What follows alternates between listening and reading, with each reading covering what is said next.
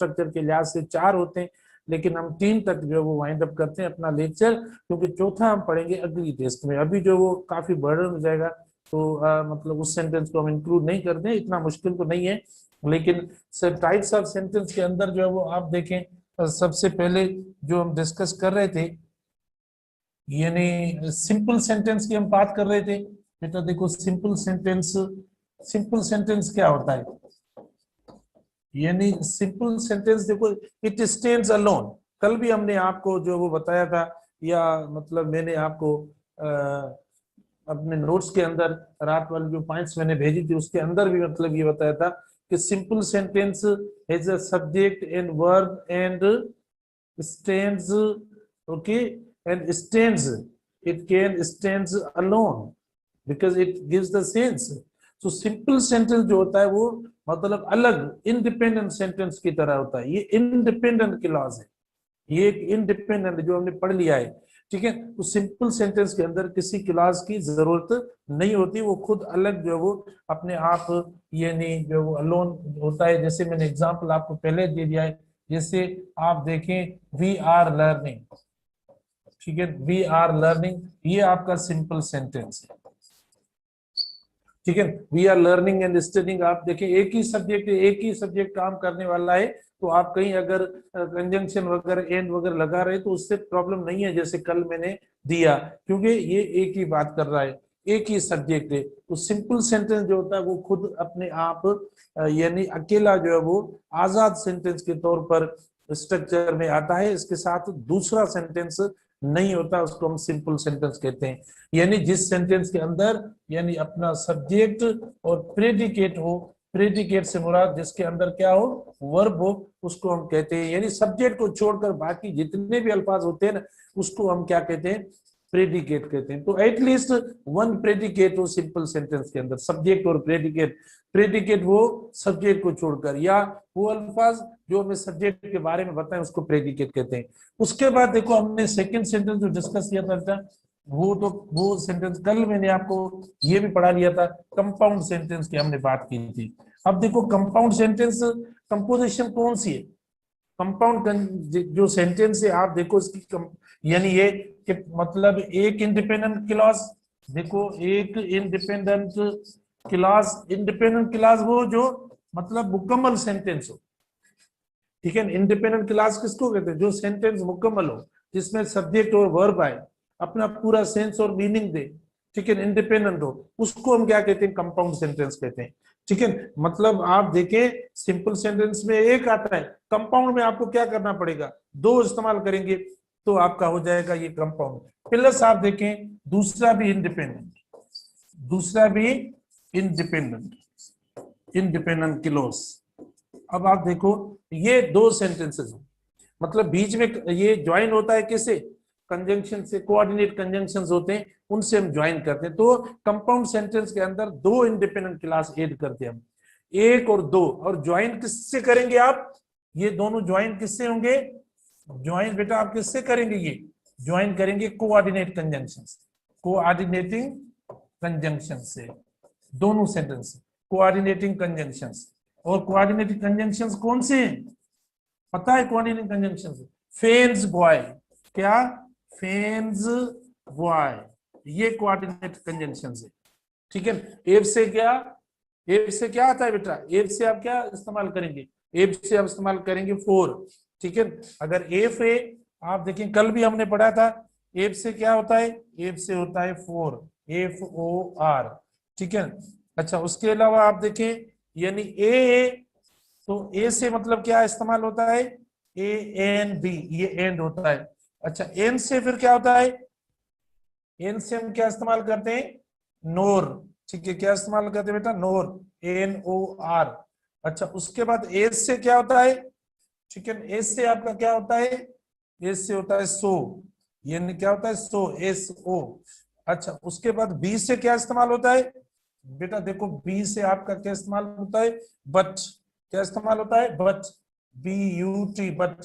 अच्छा उसके बाद आप देखिए यानी ओ से क्या इस्तेमाल होता है, ठीक है, ओ से क्या होता है, ओ से होता है आपका ओ आर, क्या बेटा होता है, ओ आर, और लास्ट क्या है, वाई आपका, ठीक है। वाई से क्या होता है बेटा, वाई से होता है यानी येट, वाई से क्या होता है येट, YET येट, ठीक है। तो आप देखो ये हो गए आपके, यानी इंडिपेंडेंट ज्वाइन करेंगे coordinated conjunctions plus independent class, तो दो मतलब सेंटेंस को आप इस तरीके से ज्वाइन करेंगे तो वो कोऑर्डिनेटिंग कंजंक्शन जो है वो आपका हो जाएगा, और ये कंपाउंड सेंटेंस में इस स्ट्रक्चर जो है वो इसकी बनती है, ठीक है। कंपाउंड सेंटेंस में आप इस तरीके से इस्तेमाल करेंगे। फॉर एग्जाम्पल आप देखें सेंटेंस से, हमारा एग्जाम्पल बेटा देखें, सेंटेंस एग्जाम्पल में इस्तेमाल होता है कंपाउंड का, he has he has the he has the books for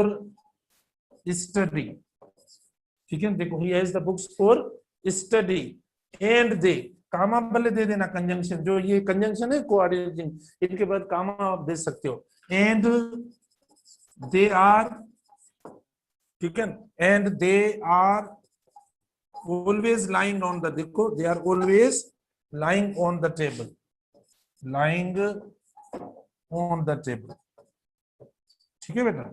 अब देखो दोनों आपके इंडिपेंडेंट सेंटेंस है, अब आप भले ये कंजंक्शन हटा दो, ठीक है, दोनों इंडिपेंडेंट सेंटेंस हो गए आपके, दोनों इंडिपेंडेंट सेंटेंस हो गए। देखो ये एक इंडिपेंडेंट सेंटेंस हुआ यहां तक, और फिर देखो ये कंजंक्शन इसमें कोऑर्डिनेट में काउंट नहीं होता, उसमें होता है, यानी कॉम्प्लेक्स सेंटेंस पे या जो डिपेंडेंट सेंटेंस होता है उसमें होता है बेटा। तो देखो ये दोनों इंडिपेंडेंट सेंटेंस हो गए, ये आपका कंपाउंड सेंटेंस हुआ। अच्छा उसके अलावा देखे, मतलब 3 जो सेंटेंस हमारा था वो कॉम्प्लेक्स था बेटा, कॉम्प्लेक्स सेंटेंस था। कॉम्प्लेक्स सेंटेंस की मतलब क्या कंपोजिशन है, एक आप देखो इंडिपेंडेंट होता है इसके अंदर सेंटेंस, एक इंडिपेंडेंट क्लॉज होता है, और दूसरा क्या होता है एट लीस्ट जो है वो वन, भले ज्यादा भी हो सकता है लेकिन एट लीस्ट वन जो है वो क्या होता है डिपेंडेंट होता है, डिपेंडेंट क्लॉज होता है। और आप वो ज्वाइन किससे करते हो, इसमें कौन से कंजंक्शन इस्तेमाल करेंगे, इसमें बेटा सबऑर्डिनेट कंजंक्शन, जो मैंने आपको लिस्ट भेजी थी रात, सबऑर्डिनेटिंग कंजंक्शन, सबऑर्डिनेटिंग कंजंक्शंस आप इस्तेमाल करते हैं, जो मैंने रात आपको ये स्ट्रक्चर इसकी और लिस्ट पूरी भेजी थी, सबऑर्डिनेटेड कंजंक्शन इस्तेमाल करेंगे, ठीक है बेटा। कौन से सबऑर्डिनेट आप इस्तेमाल करेंगे।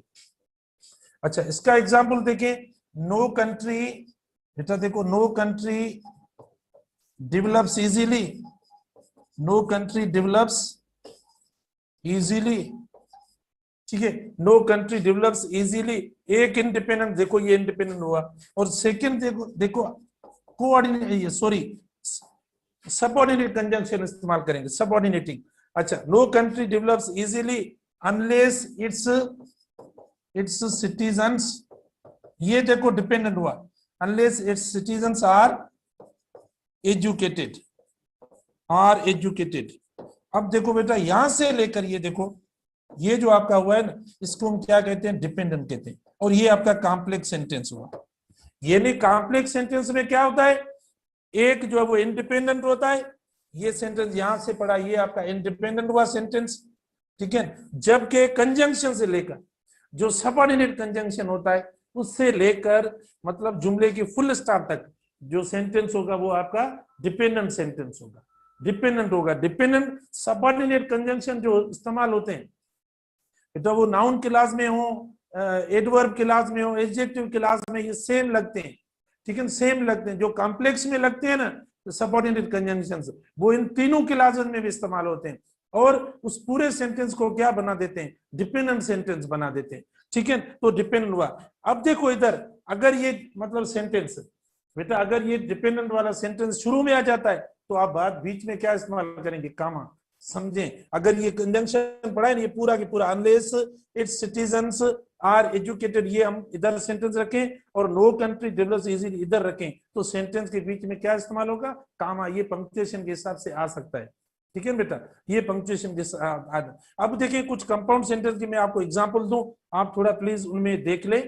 कंपाउंड सेंटेंस देखो, ये कंपाउंड सेंटेंस बार बार हमारे रह जाते हैं, यानी सिंपल सेंटेंस और compound sentence. Simple sentence independent होता है, दोनों सिंपल है, आप देखें दोनों को आप कोऑर्डिनेट कंजंक्शन से ऐड करेंगे तो आपका compound sentence. He likes to play football, he does not like base basketball, sorry. तो आप देखो इनको हमने ज्वाइन किया है किससे, ये पढ़ा है बस। दो इंडिपेंडेंट सेंटेंस होते हैं, कंपाउंड में दो इंडिपेंडेंट सेंटेंस होते हैं, तो हमने दो लिख दिए। और सिंपल सेंटेंस खुद इंडिपेंडेंट सेंटेंस होता है, खुद अकेला जो वो होता है, अकेली मीनिंग जो वो पूरी सेंटेंस में देता है, फुल स्टॉप आखिर में होता है, कैपिटल लेटर से शुरू होता है, खुद मीनिंग में होता है। दो इंडिपेंडेंट सेंटेंस जब कोऑर्डिनेट कंजंक्शन से मिलाते हैं तो वो कंपाउंड हो जाता है, जैसे आपके सामने एग्जांपल पढ़ा है। दूसरे एग्जांपल में देखें, present is a powerful, he is also very compassionate, ठीक है, दोनों इंडिपेंडेंट सेंटेंस। इन दोनों को कंपाउंड करना चाहते हैं, कोऑर्डिनेट कंजंक्शन बीच में ऐड करें तो वो हो जाएगा प्रेजेंट इज पावरफुल, येट देखो कंपैशनेट। बेटा देखो कोऑर्डिनेट कंजंक्शन में भी कामा इस्तेमाल करें, कोऑर्डिनेट कंजंक्शन देखें जो इस्तेमाल हो रहा है इससे पहले कामा, इससे पहले कामा इस्तेमाल करें, ठीक है, ये इंपॉर्टेंट है, ध्यान में रखना। कामा इस्तेमाल करें, देखें ये कामा इस्तेमाल हुई है तो आप कामा इस्तेमाल करें कोऑर्डिनेटेड कंजंक्शन से पहले। कोऑर्डिनेट कंजंक्शन जो इंडिपेंडेंट सेंटेंस एक खत्म होता है ना, उसके बाद कामा और फिर कोऑर्डिनेट कंजंक्शन इस्तेमाल करें, ध्यान में रखें, फिर क्वेश्चन करेंगे ये। अच्छा, उसके बाद देखो, you can have a new cell phone, you can have a video game, you can not have both. तीनों सेंटेंस हमारे इंडिपेंडेंट है, ज्वाइन करना है कोऑर्डिनेट कंजंक्शन से और कुछ नहीं करना।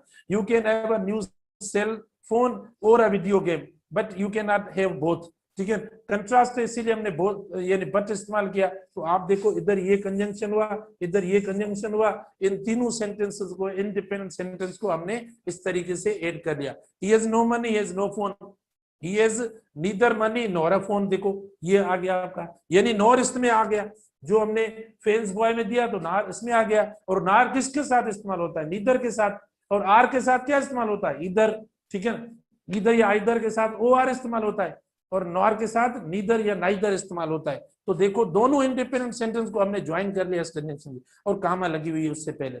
उसके बाद लास्ट है, she submitted her homework late, she was scolded by her teacher, ठीक है ना बेटा, इन दोनों सेंटेंस को हमने ज्वाइन किया है। देखो ये नहीं, she was scolded by her teacher, ये इंडिपेंडेंट सेंटेंस है, और कामा देकर फोर, बेटा फोर का मतलब है बिकॉज।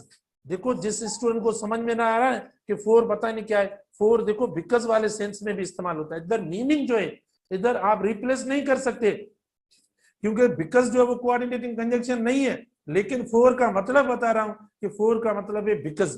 तो ये दोनों इंडिपेंडेंट सेंटेंसेस हैं, she submitted her homework late और दूसरा she was scolded by her teacher, दोनों इंडिपेंडेंट सेंटेंस पूरा अपना मतलब दे रहे। देखो सब्जेक्ट और वर्ब और प्रेडिकेट पूरा पढ़ा है, फाइनाइट वर्ब लगा हुआ है, तो ये इंडिपेंडेंट है। दोनों को मैंने ज्वाइन किया है देखो इस कंजंक्शन से, कौन सा है, कोऑर्डिनेटिंग कंजंक्शन, इसीलिए दो इंडिपेंडेंट। बेटा देखो सिंपल सेंटेंसेस खाली एक इंडिपेंडेंट क्लास इस्तेमाल होता है, एक इंडिपेंडेंट क्लास, उसको हम सिंपल सेंटेंस कहते हैं। इंडिपेंडेंट क्लास में क्या होता है, सब्जेक्ट और वर्ब होता है। वर्ब कौन सा होता है, फाइनाइट वर्ब होता है। फाइनाइट वर्ब क्या होता है, जो अपना फॉर्म चेंज करे, अगर प्रेजेंट टेंस से तो प्रेजेंट टेंस के हिसाब से इस्तेमाल हो, पास्ट टेंस से तो पास्ट टेंस के हिसाब से इस्तेमाल हो, और यानी मतलब कंटिन्यूस है तो कंटिन्यूस हो जाए, फ्यूचर है तो उस हिसाब से टेंस चेंज करे, या सब्जेक्ट सिंगुलर है तो खुद सिंगुलर हो जाए। अगर वो दो इंडिपेंडेंट सेंटेंस में मिलाकर दो मतलब इंडिपेंडेंट सेंटेंस कोऑर्डिनेटिंग कंजंक्शन के साथ रखेंगे तो उससे हम बोलेंगे कंपाउंड कंजंक्शन से। और ये जो भी मैंने सर्किल में रखे ये सारे आपके कोऑर्डिनेट कंजंक्शन से। कोऑर्डिनेट कंजंक्शन से पहले आप कामा इस्तेमाल करें, क्या, यानी कामा, देखो बेटा प्लस क्या इस्तेमाल करेंगे, कोऑर्डिनेटिंग कंजंक्शन, यानी इस स्ट्रक्चर को जरूर रखना। आप देखें ये माइनर माइनर अगर ये पेपर में देते हैं तो ये माइनर माइनर चीजें रखते हैं, क्योंकि ये उनका सिलेबस, उनकी स्ट्रक्चर होती है, वो मतलब इस तरीके से स्टैंडर्ड को सेट करते हैं। ऐसा नहीं है हम जो चाहे वो करें वो नहीं होता। तो देखो ये मतलब इस तरीके से होता है, ठीक है। उसके बाद जो वो हम अगले पेज पे मतलब बेटा देखें उस अगले पेज में ना, अच्छा ठीक है ना। अब देखो रात मैंने आपको देखो ये पॉइंट्स बनाकर भेजी है बेटा, रात देर से मैंने ये भेजी है, पूरी समरी है, जो जो मतलब हमने पढ़ा है इस टेस्ट के लिए पूरी समरी मैंने पॉइंट्स की सूरत में आपको भेजी है, फिर भी आप समझ नहीं रहते तो इसीलिए मैं इसको जल्दी वाइंड अप कर लेता हूँ, ठीक है ना। आप देखिए, आप पूछ रहे हैं कि sentence, simple sentence, independent class, तीनों एक ही बात है। एक बात क्यों है, क्योंकि तीनों अकेले जो है वो इट स्टैंड्स अलोन, अकेले ये इस्तेमाल होते हैं। बेटा क्लास भी सेंटेंस का पार्ट होता है, ठीक है, कंप्लीट थॉट इनके अंदर होती है। जैसे वी स्टडी, अब आप इसको सिंपल सेंटेंस बोले तो भी सही है, आप इनको सेंटेंस बोले तो भी सही है, आप इनको इंडिपेंडेंट क्लास बोले तो भी सही है, राइट। दूसरी क्लास क्या कहते हैं, क्लास किसको कहते हैं, अब पार्ट ऑफ सेंटेंस, ये जो सेंटेंस है ना, इस ये क्लास भी है, सेंटेंस को के पार्ट को भी कहते हैं। देखो with the subject and verb, देखो सब्जेक्ट और वर्ब वी स्टडी में लगा हुआ है, usually join to the rest of the sentence by a conjunction. अगर आप दो क्लासेस बनाते हो बेटा, अगर आप एक ही सेंटेंस के दो क्लास बनाते हो तो देखो दो मतलब आपको यानी वर्ब लिखने पड़ेंगे, आपको दो सब्जेक्ट लिखने पड़ेंगे। एक क्लास है तो एक सब्जेक्ट वर्ब, दो क्लास आप इस्तेमाल करेंगे तो एक सब्जेक्ट और वर्ब दूसरा भी ऐड करना पड़ेगा। तो आप देखें एक सब्जेक्ट एक वर्ब ये पढ़ा है, फिर आपने कंजंक्शन दिया ये शी वाज फ्यूरियस, देखो दूसरा ये दो क्लास हो गए, और ये इस पूरे को सेंटेंस बोलते हैं। ये पूरा सेंटेंस है, इसमें दो क्लास है, समझे, खुदा के वास्ते आप समझे प्लीज, ठीक है। इस सेंटेंस के अंदर ये सेंटेंस है और इसके दो क्लास है, यानी सब्जेक्ट वर्ब एक क्लास हुआ और फिर आप देखें ये सब्जेक्ट वर्ब दूसरा क्लास हुआ, ठीक है। एक इसमें एक इंडिपेंडेंट हुआ, दूसरा डिपेंडेंट। डिपेंडेंट वो होता है जिसमें आप यानी कौन से सबऑर्डिनेट कंजंक्शंस होते हैं, मैंने कल आपको सबऑर्डिनेट कंजंक्शन भेजे, अच्छा वो देखें, जो रिलेटिव प्रोनाउंस होते हैं वो सबऑर्डिनेट बना देते हैं, जो कंडीशनल कंजंक्शंस होते हैं वो सेंटेंस को सबऑर्डिनेट बना देते हैं, ठीक है बेटा। और तीसरी टाइम कंजंक्शन जो होते हैं वो सबऑर्डिनेट बना देते हैं जुमले को, रीजन वाले होते हैं वो सबऑर्डिनेट बना देते हैं, तो सारे मैंने भेजे आपको। अच्छा उसके बाद फ्रेज क्या कहते हैं, सुनने, फिर फ्रेज और फ्रेगमेंट के दरमियान वो भी क्वेश्चन पे क्वेश्चन आता है। A group of words that okay belongs together grammatically, for example group of words तो आपस में मिला हुआ हो, आपस में उनकी मतलब कंपोजिशन हो बेटा। ग्रुप ऑफ वर्ड्स देखो हर पार्ट ऑफ स्पीच है, जैसे नाउन फ्रेज है तो देखो नाउन वाले अल्फाज आपस में साथ होंगे, अलग अलग दूर नहीं होंगे, ठीक है, उसको हम कहते हैं।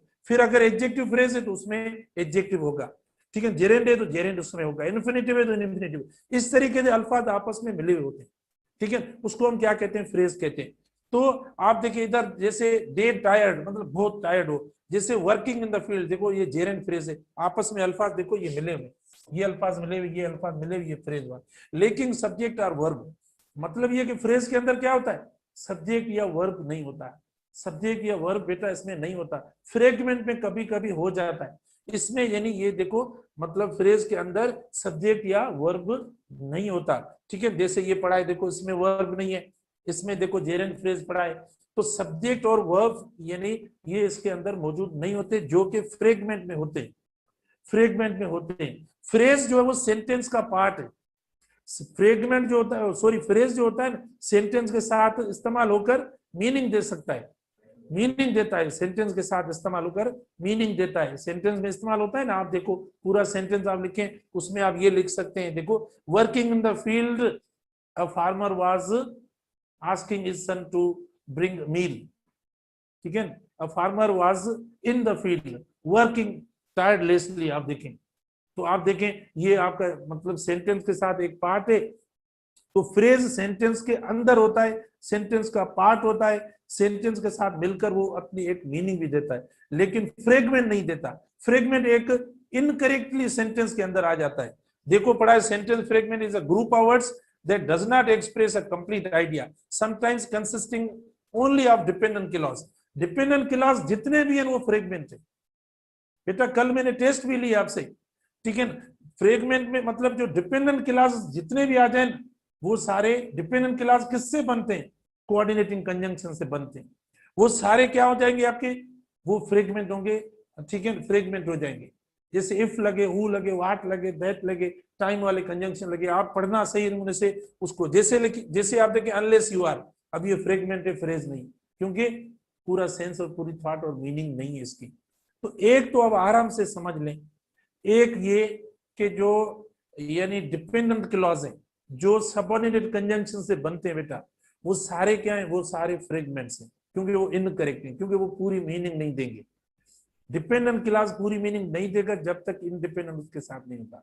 तो डिपेंडेंट सारे क्लासेस क्या हो गए आपके, फ्रेगमेंट हो गए, एक बात। दूसरी बात देखें कि सेंटेंस जो दिया होता है वो ग्रामेटिकली उसमें सब्जेक्ट और वर्ब है या नहीं, सब्जेक्ट और वर्ब करेक्टली लिखा हुआ है या नहीं, अगर लिखा हुआ है तो सही है, अदरवाइज नहीं, वो गलत हो जाएगा। जो पूरी मीनिंग और पूरा सेंस नहीं होता फ्रेगमेंट का, वो यानी डिपेंडेंट क्लास में नहीं होता, डिपेंडेंट क्लास का पूरा सेंस नहीं होता, मतलब फ्रेगमेंट हो गया। नंबर 2, ग्रामेटिकली क्या देखना है, इनकरेक्ट क्या होता है, सब्जेक्ट वर्ब अगर नहीं होता तो वो सेंटेंस आपका इनकरेक्ट होता है। इंपरेटिव में वर्ब होता है तो अंडरस्टूड होता है हमने सब्जेक्ट, ठीक है। तो कोई ना कोई बात लेक मतलब कर रही हो, जैसे मैंने उस दिन आपको बताया कि मैं आपको बोलूं एम टीचिंग, एम टीचिंग, अब देखो ना ये पढ़ाई आप देखें सेम कुछ नहीं है, एम टीचिंग। अब बताओ ये सेंटेंस सही है, ये फ्रेगमेंट है या सेंटेंस है, फ्रेगमेंट हुआ, सब्जेक्ट नहीं है, एम कहां से आया है, जब तक आए नहीं लगाएंगे तो देखिए आपका ये एसेफ हो गया, ठीक है। अगर मैं खाली बोलूं आई टीचिंग, अब ग्रामेटिकली ये गलत हो रहे क्योंकि देखो वर्ब नहीं है, वर्ब नहीं है बेटा, देखो तो ये भी आपका एसेफ हुआ। तो एक स्ट्रक्चर ऐसी होती है और दूसरी देखो डिपेंडेंट क्लास वाली होती है। उसके बाद 5 नंबर पे compound sentence at least two independent clauses joined by coordinating conjunctions. देखो इनमें कोऑर्डिनेटिंग कंजंक्शन जो वो आप इस्तेमाल करते हो, और she is not very intelligent yet she is among the top 10। आप देखो ये येट इस्तेमाल हुआ, हमने अब भी पढ़ा है। तो दो जो है वो इंडिपेंडेंट सेंटेंसेस होंगे ना बेटा, उनको हम क्या बोलेंगे, उनको हम बोलेंगे कंपाउंड सेंटेंस। उसके बाद नंबर यानी 5 पे आ जाए, कॉम्प्लेक्स सेंटेंस में क्या होना चाहिए, एक इंडिपेंडेंट क्लास होना चाहिए, ठीक है बेटा। ये टेस्ट ये आपकी बस, अगर आपने मेरे लेक्चर की समरी पढ़ ली है, आपने पूरी आपकी तैयारी हो जाएगी, कोई मसला नहीं है। जरूर नहीं है कि कंपोज करवा के भेजे तो सही नोट्स हो जाते हैं, अगर हाथ से लिखते हैं तो गलत हो जाते हैं, नहीं, आपको पढ़ना है। कॉम्प्लेक्स सेंटेंस के अंदर क्या होता है, अभी मैंने बताया है, एक इंडिपेंडेंट क्लास हो और देख दूसरा क्या वो डिपेंडेंट क्लास हो। डिपेंडेंट क्लास कैसे बनता है, देखो dependent class in a complex sentence is introduced with subordinate conjunctions. बेटा सबऑर्डिनेट कंजंक्शन जो है ना, ये यानी आपके सबऑर्डिनेट कंजंक्शन जो होते हैं ये सेंटेंस को डिपेंडेंट बनाते हैं। सबऑर्डिनेट कंजंक्शंस यानी इसकी वजह से आपका सेंटेंस डिपेंडेंट बनता है। अब सबऑर्डिनेट कंजंक्शंस कौन से, बेटा टाइम वाले अल्फाज, जैसे एज सून एज आ गया तो आप देखें ये आपका यानी सबऑर्डिनेट कंजंक्शन हो गया। इफ आ जाएगा, व्हेन आ जाएगा, ठीक है बेटा, यानी relative pronouns, time conjunctions, contrast वाले कंजंक्शन अल्दो दो, ठीक है, ये या पर्पस और रीजन वाले ये अल्फाज आ जाएंगे आपके, तो ये सबऑर्डिनेट कंजंक्शन। दो नहीं है, मैं सब बता रहा हूं। तो डिपेंडेंट क्लास किससे बनता है, डिपेंडेंट क्लास बनता है सबऑर्डिनेट कंजंक्शन से, ठीक है। सब वो कौन से, वो देखो हमें बता रहा है is introduced with the subordinate conjunctions, वो रिलेटिव प्रोनाउंस है, ठीक है। यानी कुछ सबऑर्डिनेट कंजंक्शंस है और दूसरे रिलेटिव प्रोनाउंस है, who, whom, where, why, when, how, ये सारे रिलेटिव प्रोनाउंस आपके सेंटेंस को डिपेंडेंट बनाए जाएंगे। ये कोऑर्डिनेटिंग कंजंक्शंस है, ठीक है, सॉरी ये सबऑर्डिनेट कंजंक्शंस है। कौन से, who, when, why, how, home, ये सबऑर्डिनेट कंजंक्शंस है।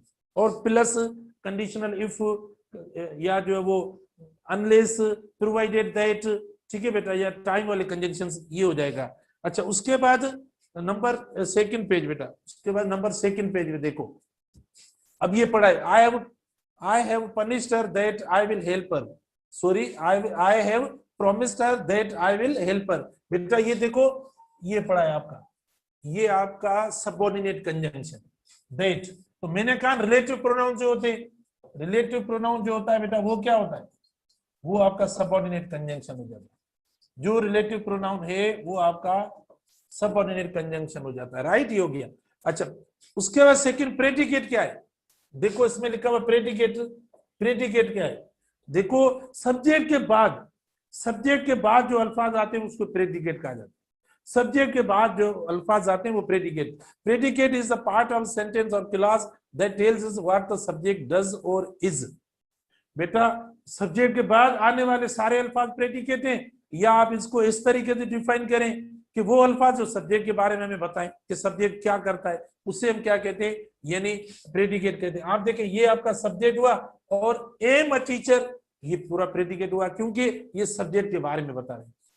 उसके बाद नाउन क्लास क्या होता है बेटा, नाउन क्लासेस तीनों, noun class is a subordinate clause.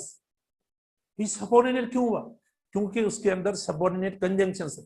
तीनों क्लासेस में सबऑर्डिनेट कंजंक्शंस इस्तेमाल, एक कॉमन है तीनों क्लासेस का एक कॉमन है, देखो शायद मैंने दिया भी हो, तीनों क्लासेस का एक कॉमन है, यानी आप देखें वो नाउन क्लास हो बेटा, नाउन हो, एडजेक्टिव हो, तीनों में एक ही जो वो बात इस्तेमाल होती है, एक ही जो स्ट्रक्चर इस्तेमाल होती है, मतलब कंजंक्शन वाली, नाउन हो, एडजेक्टिव हो या एडवर्ब हो, ठीक है।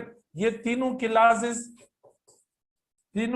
में प्लस क्या होता है, प्लस आप क्या इस्तेमाल करते हो, सबऑर्डिनेट क्लास जो होता है नाउन क्लास होता है, इसके अंदर आप क्या इस्तेमाल करते हो, सबऑर्डिनेट कंजंक्शन इस्तेमाल करते हो, इसीलिए आप इसको क्या बोलते हो, सबऑर्डिनेट क्लास बोलते हो। तो तीनों जो होते हैं ये मतलब कैरी क्या करते हैं, सबऑर्डिनेट कंजंक्शंस, ठीक है बेटा, सबऑर्डिनेट कंजंक्शंस की मदद से बनते हैं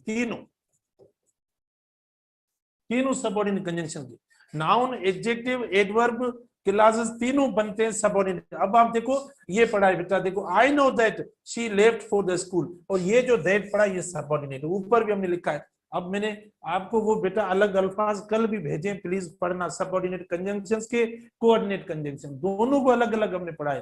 कोऑर्डिनेट कंजंक्शंस वो जिनको हम कहते हैं फेन्स बॉय, वो कोऑर्डिनेटिंग कंजंक्शंस होते हैं, और सबऑर्डिनेट मैंने नाम आपको बताए। तो आप देखें ये हुआ, I know that she left for the school, I know that she left for the school. आप देखें मैंने आपको कीवर्ड्स दिए कि आप यानी किस तरीके से आइडेंटिफाई कर सकते हो नाउन क्लास को। बेटा देखो, how to identify a noun clause, we need to ask a question to find out what the subject knows, what the subject knows, okay.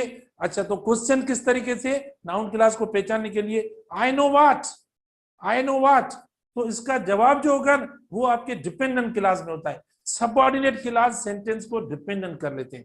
I know what जवाब पड़ा है that she left for the school, तो हमें जो question करना है बेटा noun class के लिए, व्हाट या हु से, व्हाट के लिए पर्सन, हु सॉरी व्हाट के लिए समथिंग के लिए इस्तेमाल करते हैं, और पर्सन के लिए हम हु इस्तेमाल करते हैं। जो क्वेश्चन करेंगे नाउन क्लास के लिए वो हम इंडिपेंडेंट क्लास से करेंगे। तो हमने देखे ये नो पढ़ा है ना, आई नो, ये इंडिपेंडेंट क्लास है, और फिर जब कंजंक्शन लग जाता है, ठीक है, कोऑर्डिनेट सॉरी सबऑर्डिनेट, तो वो आपका डिपेंडेंट हो जाता है। तो जो क्वेश्चन करेंगे वो इंडिपेंडेंट से, आप देखो आई नो व्हाट, तो जवाब आया that she left for the school, तो देखो ये जवाब है। तो डिपेंडेंट जो होता है जवाब है किसका, व्हाट और हु का, और फिर वो कहलाएगा क्या, नाउन क्लास। और नाउन क्लास जो होता है वो भी सबऑर्डिनेट क्लास है। क्यों है, क्योंकि इसके अंदर सबऑर्डिनेट कंजंक्शन इस्तेमाल करते हैं, ठीक है। आप ये भी इनको कॉम्प्लेक्स भी बोल सकते हैं बेटा, तीनों क्लासेस को समझे, बहुत इंपॉर्टेंट बात है।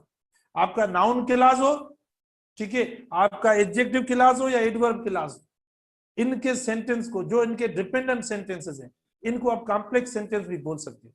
तो कॉम्प्लेक्स सेंटेंस में और इन तीनों क्लासेस के सेंटेंस में कोई फर्क नहीं।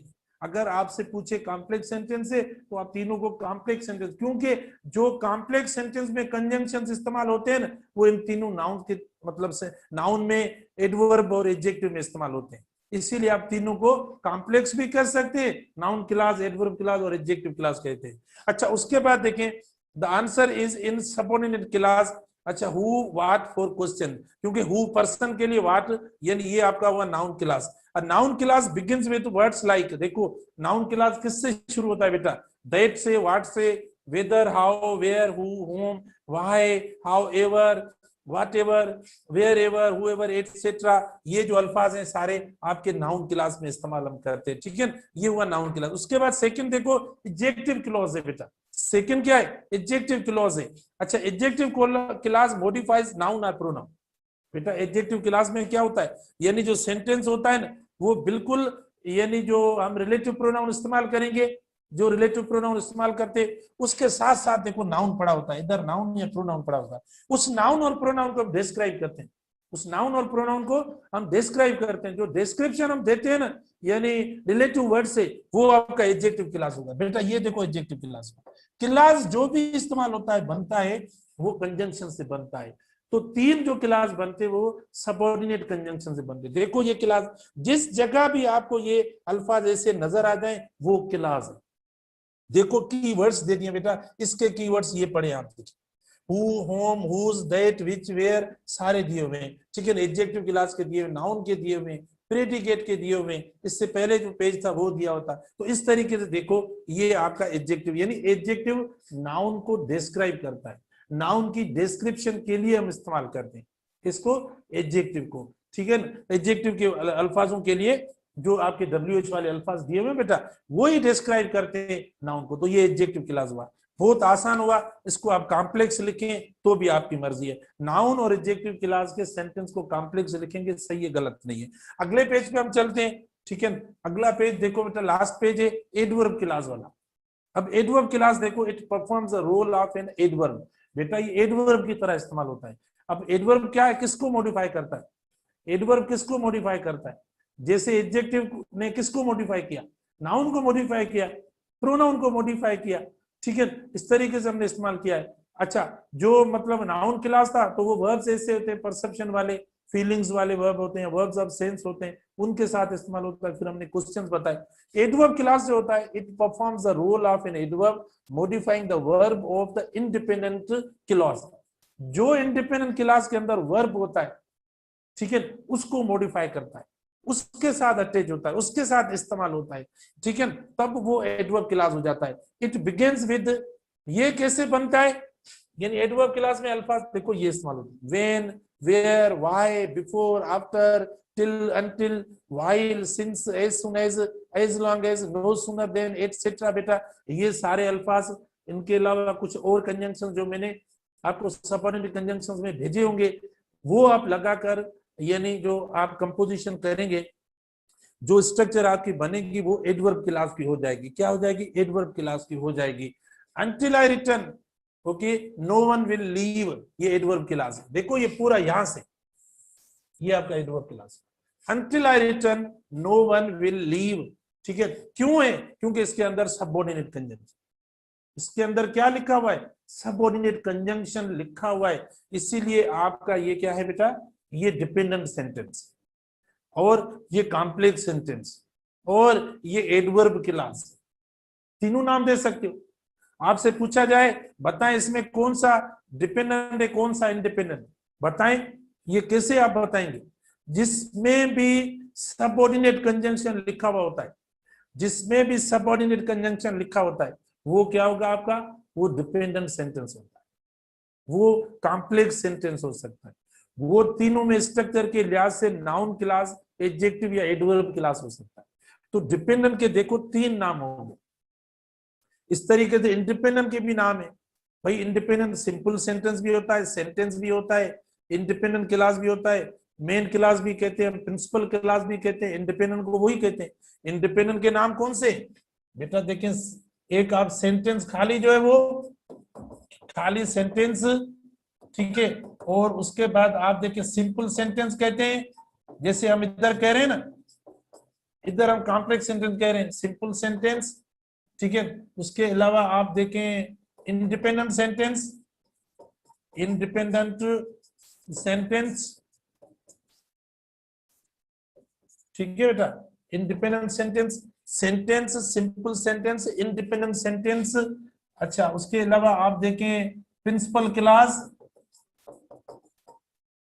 प्रिंसिपल क्लास या मेन क्लास। देखें अगर कैसे भी हम ग्रामेटिकली टर्मिनोलॉजी आ जाए, मैंने मेरे हिसाब से I am really relaxed and pleased, okay, to have a very good thorough or comprehensive view of all the structures of clauses and the items we have discussed in this week. अच्छा, main clause बेटा ये सारी एक ही बात है, ये सब एक ही बात है।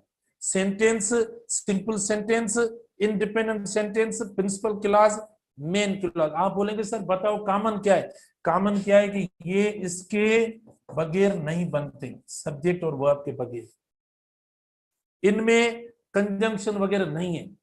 यानी इनका मतलब देखो, मैंने ऐड किया, प्लस किया, तो क्या कि सब्जेक्ट प्लस वर्ब इनका होता है, सब्जेक्ट और वर्ब से ये बनते हैं, इसीलिए मतलब इनको नाम दिया जाता है सेंटेंस, सिंपल सेंटेंस, इंडिपेंडेंट। क्या अच्छा, इंपरेटिव में आप बोलेंगे सब्जेक्ट नहीं है बेटा, उसका अंडरस्टूड होता है सब्जेक्ट, तो वही हम सब्जेक्ट कहते हैं उसको। तो ये मतलब जो बनते हैं सारे, तो इसीलिए इनका नाम। और ये stand alone, they stand alone, मतलब ये अलग जो है वो यानी होते हैं, क्योंकि अलग ये मीनिंग देते हैं। simple, okay, when it stands alone, they all stand alone, they all stand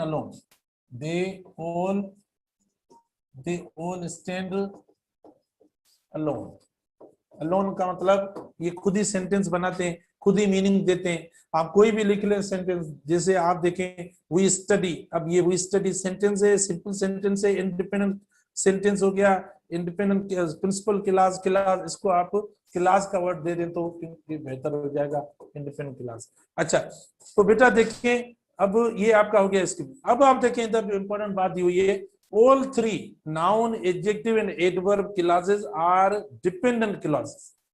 तीनों dependent clauses, तीनों dependent clauses है, ठीक है। अच्छा, तीनों dependent clauses है and introduced by subordinating conjunction। जो जिस जुमले में subordinate conjunction इस्तेमाल होता है वो dependent होता है। ये क्यों इंडिपेंडेंट है, ये क्यों सेंटेंस है, ये क्यों सिंपल है, क्यों मेन है? क्योंकि इसके अंदर क्या नहीं है, सबऑर्डिनेट कंजंक्शन नहीं है। सीधे सबऑर्डिनेट कंजंक्शन साथ साथ इस्तेमाल होता है, जैसे ये अनटिल पढ़ाए, इफ लगाएं, वे लगाएं, ये सारे सबऑर्डिनेट कंजंक्शन। तो इसीलिए बेटा सबऑर्डिनेट कंजंक्शन सेंटेंस के जिस पार्ट में भी इस्तेमाल होगा वो सेंटेंस आपका डिपेंडेंट सेंटेंस हो जाएगा। उसके बाद an independent clause stands alone as a sentence, वो अकेला इस्तेमाल होता है। अभी मैंने बता दिया, अभी ये पढ़ा है इसका, ठीक है। जैसे देखें Venus is the second planet from the sun, देखो ये आपका क्या हुआ, इंडिपेंडेंट सेंटेंस हुआ। इसमें देखो कंजंक्शन वगैरह कुछ भी नहीं है, इसीलिए इंडिपेंडेंट है। बात आप बताएं, बोलेंगे सर कंपाउंड जो सेंटेंस आपने पढ़ाया वो क्या, उसमें इंडिपेंडेंट? बेटा दोनों इंडिपेंडेंट है, क्योंकि उसमें जो कंजंक्शन हम इस्तेमाल करते हैं एंड या जो इस्तेमाल करते हैं बट या येट, आर या नार वगैरह कंजंक्शन इस्तेमाल करते हैं, वो काउंट नहीं होते। उनको निकाल कर फिर आप सेंटेंस पढ़ेंगे ना, तो दोनों सेंटेंस आपको क्या लगेंगे, बिल्कुल इंडिपेंडेंट सेंटेंस महसूस होंगे, ठीक है। दोनों सेंटेंसेस इंडिपेंडेंट सेंटेंस महसूस होंगे, तो इसीलिए उनमें कोई प्रॉब्लम नहीं होता, वो इंडिपेंडेंट होते हैं, अकेले जो वो मतलब होते हैं। तो independent sorry dependent clause can have subject and verb but can't stand alone. बेटा डिपेंडेंट सेंटेंस सब्जेक्ट वर्ब होता है। इधर देखो, ये आए भी पढ़ा है और रिटर्न भी पढ़ा है, देखो आए भी पढ़ा है और रिटर्न भी पढ़ा है। आए सब्जेक्ट हुआ और रिटर्न क्या हुआ, वर्ब हुआ, दोनों पढ़े। लेकिन फिर भी देखो बेटा, आप देखें दोनों देखें, ये मैं इधर डिपेंडेंट का एग्जांपल आपको देता हूं। अच्छा, डिपेंडेंट सेंटेंस में देखें, डिपेंडेंट, एक तो आपके इंग्लिश टीचर को स्पेल भी नहीं आती और ग्रामर पढ़ाता है। डिपेंडेंट क्लॉज क्या बेटा, डिपेंडेंट क्लॉज में आप देखें ऐसा नहीं है कि सब्जेक्ट वर्ब दोनों इस्तेमाल नहीं होते, दोनों आप इस्तेमाल कर सकते हैं। जैसे आप देखें when you complete your syllabus वगैरह, ठीक है बेटा। देखें व्हेन यू कंप्लीट, ये आपका सब्जेक्ट हुआ, और ये देखो व्हेन आपका सब्जेक्ट हुआ, और देखो यू आपका सब्जेक्ट हुआ और व्हेन क्या हुआ, यानी सबऑर्डिनेट कंजंक्शन हुआ। ये आपका सबऑर्डिनेट कंजंक्शन हुआ, सबऑर्डिनेट, ठीक है। कंजंक्शन हुआ, यू सब्जेक्ट हुआ और वर्ब हुआ, तो इस्तेमाल हो रहा है। ऐसा नहीं है हम इस्तेमाल नहीं करेंगे। When you complete your syllabus, और ग्रामेटिकली ये इनकरेक्ट सेंटेंस है, देखो मीनिंग पूरी, when you complete your syllabus, फिर क्या मतलब, क्या कोई नहीं आ रहा जब तक दूसरा सेंटेंस ऐड नहीं करेंगे डिपेंडेंट, ठीक है। You will enjoy, okay, you will get prepared, you will get prepared. अब देखो ये आपका इंडिपेंडेंट सेंटेंस, इसको क्या बोलेंगे बेटा, ये इंडिपेंडेंट सेंटेंस। क्योंकि इसमें क्यों इंडिपेंडेंट है, क्योंकि इसमें कोई कंजंक्शन इस्तेमाल नहीं हो रहा, इसलिए आप इसको इंडिपेंडेंट सेंटेंस बोलेंगे, राइट। तो इधर देखें, ऐसा नहीं है कि डिपेंडेंट क्लॉज हो या सेंटेंस हो उसमें सब्जेक्ट और वर्ब नहीं होगा, लेकिन वो पूरी थॉट या पूरी मीनिंग या मतलब नहीं देगा। क्यों नहीं देता, तो यानी सबऑर्डिनेट कंजंक्शन की वजह से ये नहीं देता है। It depends upon, okay, it depends upon N independent clause, ठीक है, एन इंडिपेंडेंट क्लॉज पे डिपेंड करता है, और इंडिपेंडेंट क्लॉज ये पढ़ा इस तरीके से।